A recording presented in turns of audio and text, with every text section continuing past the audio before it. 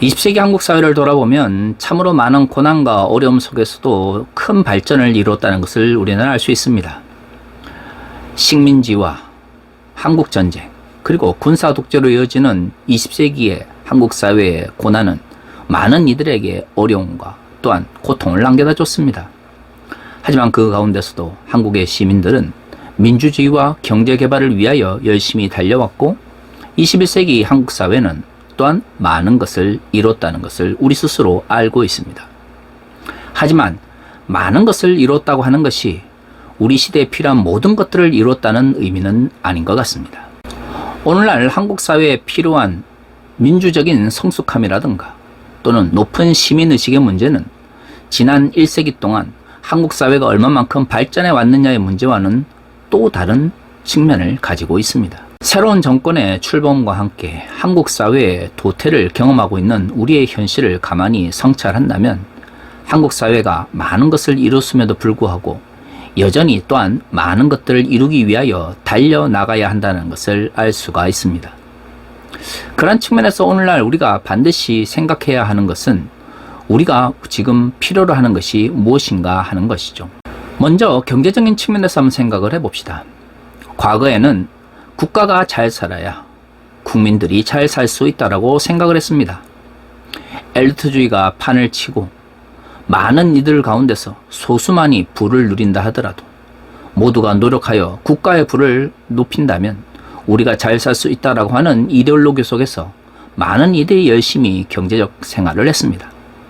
하지만 그렇게 한국 사회가 막대한 부를 축적한 이후 부자는 더욱더 부자가 되고 가난한 자는 여전히 가난한 현실이 우리 앞에 펼쳐지게 된 것이죠.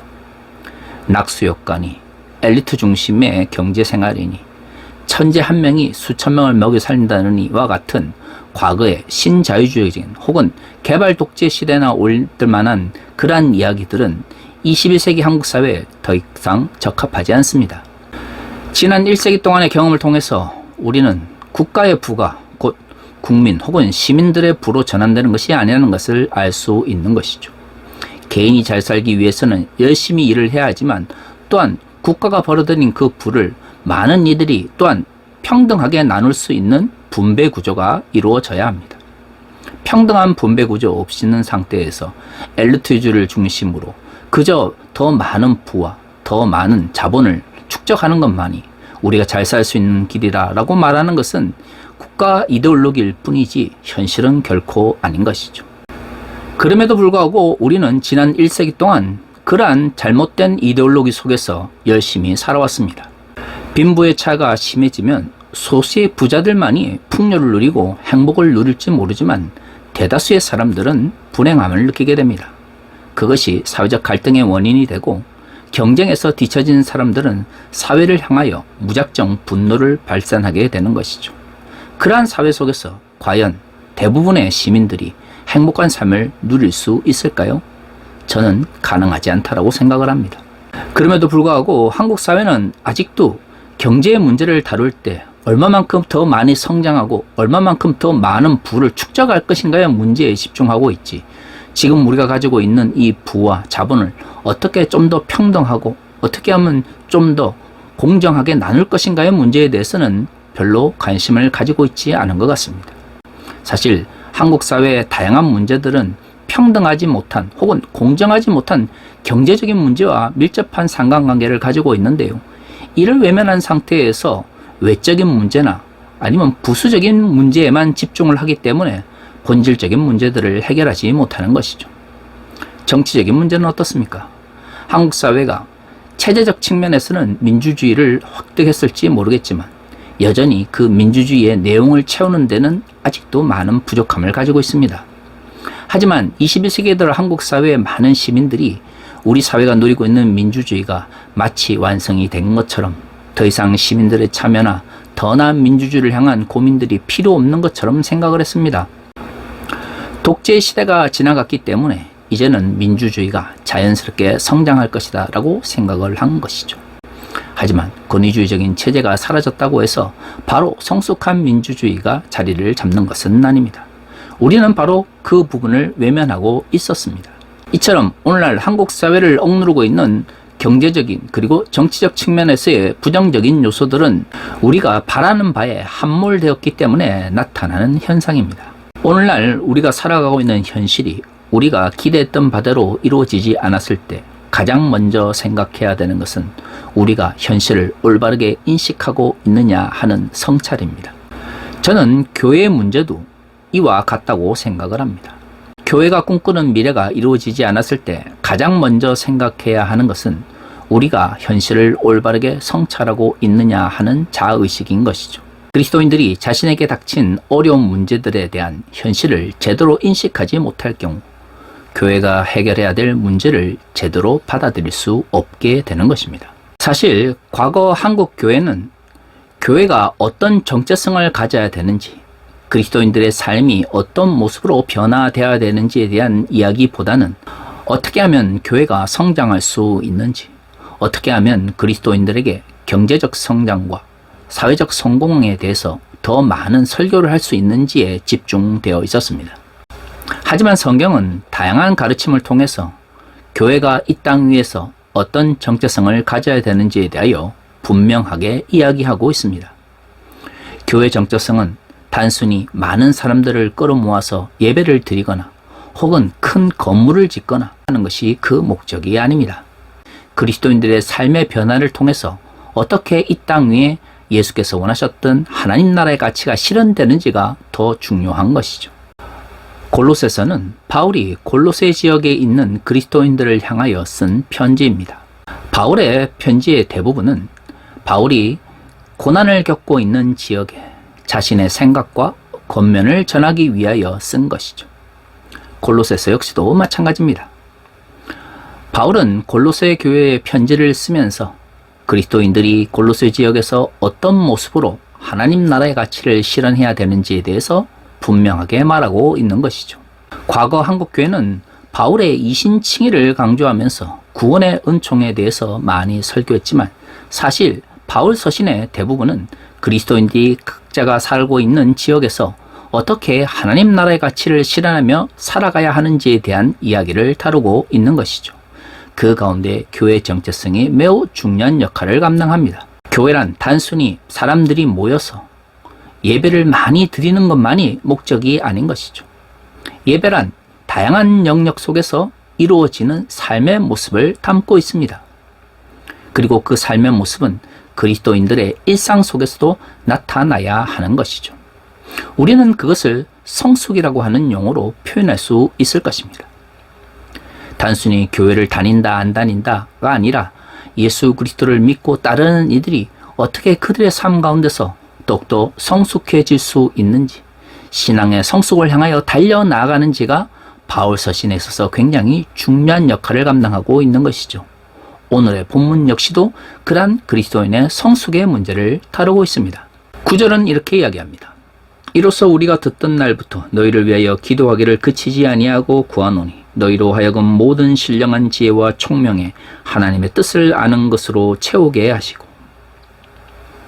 바울이 골로새서를 쓰면서 골로새 지역에 교회가 있으니까 너무나 좋구나가 아니라 그 가운데서 어떻게 하나님의 뜻이 이루어지는지, 그들을 향한 하나님의 뜻이 그들의 삶 가운데서 어떻게 실현되는지를 더욱 중요하게 생각하고 있는 것이죠. 사실 그렇습니다. 교회 건물 크게 짓고 일주일에 한 번 모여서 큰 예배를 드리고 나면 더 이상 일주일의 삶 가운데서 하나님 나라의 가치를 실현할 필요가 없다라고 생각하는 것은 초기 기독교 공동체가 생각했던 교회 모습과는 아무런 상관관계가 없습니다. 중요한 것은 예수를 믿는 자들, 즉 그리스도인들이 교회에 모여 하나님께 경배함과 함께 그들의 일상 속에서 하나님 나라의 가치를 실현해가는 모습을 보이는 것이 당시 초기 기독교 공동체에서는 너무나 당연한 것이었죠. 하지만 오늘날 한국교회에서 하나님의 뜻을 알기 위하여 노력하는 그리스도인들의 모습은 사실 중요한 관심사가 아닙니다. 왜냐하면 하나님의 뜻을 우리의 일상 속에서 발견하는 것은 결국 우리의 삶의 문제와 연결되어 있기 때문이죠. 10절은 이렇게 이야기합니다. 주께서 합당하게 행하여 범사에 기쁘시게 하고 모든 선한 일에 열매를 맺게 하시며 하나님을 아는 것에 자라게 하시고. 하나님의 뜻으로 우리의 삶을 채우기를 원하는 바울의 겉면은 결국 10절에서 이야기하고 있는 것처럼 범사에 기뻐하는 것과 선한 일을 행하는 문제와 연결되어 있습니다. 하나님의 뜻에 대해서 이야기할 수 있는 사람들은 그들의 일상 속에서 어떻게 하나님의 뜻이 이루어져야 되는지에 대하여 고민하는 것이죠. 그렇다면 우리의 삶 가운데서 고난이 닥칠 때에도 기뻐할 수 있는지, 하나님 나라의 가치를 향하여 달려가는 이들이 어떤 기쁨으로 살아가야 하는지, 어떤 선한 삶의 문제와 행위의 문제를 행해야 되는지를 고민할 수밖에 없는 것이죠. 이 문제들은 서로 밀접하게 연결되어 있는 것입니다. 이처럼 현실의 문제, 즉 삶의 문제를 고민하는 사람들은 견디는 것과 오래 참음의 문제를 고민할 수밖에 없는 것이죠. 그래서 바울은 11절에 이렇게 이야기하고 있습니다. 그의 영광의 힘을 따라 모든 능력으로 능하게 하시며 기쁨으로 모든 견림과 오래 참음에 이르게 하시고. 하나님의 영광은 우리가 추구해야 되는 목적이지만 동시에 우리가 살아감에 있어서 큰 힘을 주는 동력이 되는 것입니다. 그리고 그 영광을 바라보는 자들은 기쁨을 통하여 하나님의 능력을 받게 되는 것이죠. 우리는 하나님의 능력이라고 그러면 신비하고 초월적인 하나님의 역사만을 생각합니다. 하지만 오늘 바울이 이야기하고 있는 것처럼 하나님의 뜻을 깨닫고 하나님의 말씀대로 살아가려고 노력하는 이들 가운데 임재하는 하나님의 영광은 결국 오래 참음과 견딤의 문제로 나타나게 되어 있는 것이죠. 그런데 바울은 이것을 기쁨의 문제와 연결합니다. 사람들은 성령이 임재하고 기쁜 일이 생긴다 그러면 고난도 없고 어려움도 없고 그저 기쁘고 성공적인 삶을 사는 것만이 하나님의 역사라고 생각합니다. 하지만 바울은 오늘 본문에서 전혀 다른 이야기를 합니다. 하나님의 뜻을 깨닫고 하나님의 영광을 위하여 기쁨을 위하여 살아가며 또한 선한 일을 행하는 사람들이 끊임없이 하나님의 기쁨 가운데 있는다 할지라도 결국 견딤과 참음의 문제, 고난의 문제로 이어질 수밖에 없다라고 하는 것이죠. 바울은 그러한 그리스도인들의 삶이 하나님을 향한 감사의 문제, 그리고 하나님 나라의 기업의 문제와 연결되어 있다고 말하고 있습니다. 12절에서 바울은 이렇게 이야기합니다. 우리로 하여금 빛 가운데서 성도의 기업의 부분을 얻기에 합당하게 하신 하나님께 감사하게 하시기를 원하노라. 오늘 우리가 읽은 본문의 말씀은 바울이 골로새 교회가 어떤 모습으로 서기를 원하는지를 명확하게 보여주고 있습니다. 어떻게 보면 교회의 정체성인 동시에 바울이 꿈꾸는 골로새 교회가 추구해야 될 목표인 것이죠. 12절에서 알 수 있는 것처럼 빛 가운데 거하는 그리스도인들의 삶의 문제는 결국 하나님께 감사하는 삶의 문제와 연결되어 있습니다.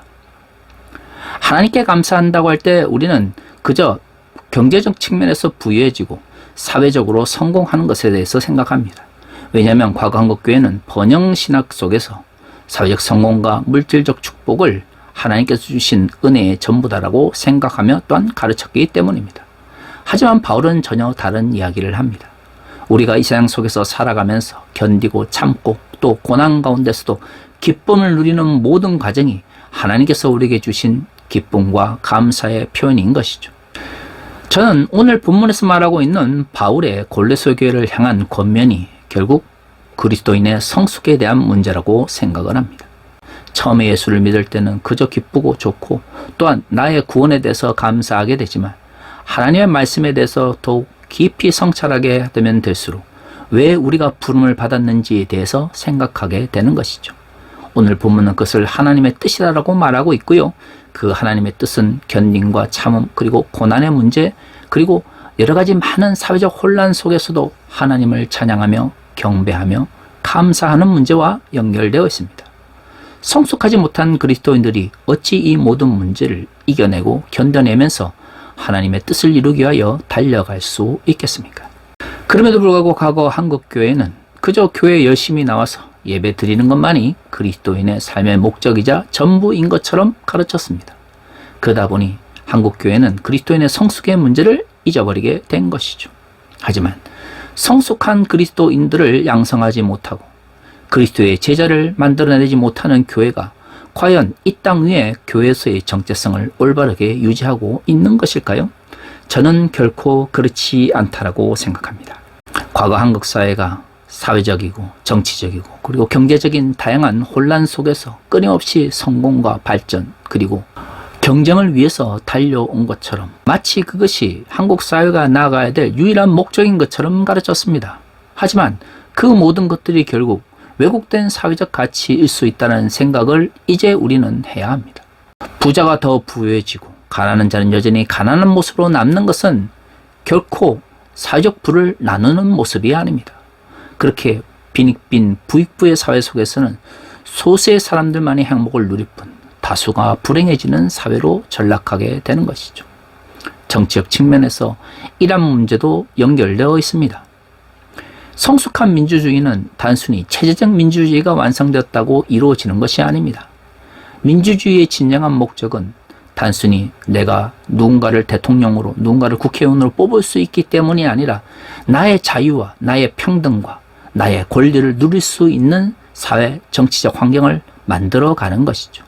그것이 바로 시민의식이며 그렇게 시민들이 자신의 권리를 주장하고 또한 이야기할 수 있을 때 비로소 성숙한 민주주의가 정립되는 것입니다. 저는 교회가 자신의 정체성을 잊어버린 상태에서 번영신학에 물들거나 성장주의에 빠져서 왜 우리가 이 땅 위에 존재하는지를 잊어버리는 순간 더 이상 교회는 교회로서 설 수 없다고 생각합니다. 바울이 오늘 말하고 있는 골로새 교회의 목표는 오늘날 한국 교회도 여전히 적용될 수밖에 없는 것입니다. 과연 한국 교회는 지금 그리스도인들의 성숙의 문제를 다루고 있습니까? 한국 교회가 좀 더 성숙한 교회로 나아가야 된다고 말하는 이가 누가 있습니까? 팬데믹 기간 동안은 교회가 성장하지 못한다고 난리를 치다가 이제 엔데믹 시대가 되니까 양쪽으로 성장할 수 있는지의 문제만 다루고 있습니다. 하지만 우리는 지금 성숙한 그리스도인들을 만들고 있는지, 성숙한 교회로서 서고 있는지를 물어봐야 하는 것입니다. 사랑하는 성도 여러분, 우리는 진정 성숙한 그리스도인으로 서고 있나요? 왜 경제적이고 정치적 측면에서만 성숙한 민주주의와 성숙한 경제체제를 요구하시나요? 우리의 믿음 역시도 성숙한 그리스도인으로서 성숙한 교회를 향하여 나아가야 하는 것입니다. 21세기 한국교회의 몰락 앞에서 우리는 정말로 교회의 정체성을 바르게 이해하고 그리고 받아들이고 있는지 다시 한번 생각해보는 한 주간이 되셨으면 좋겠습니다. 다 같이 기도하겠습니다.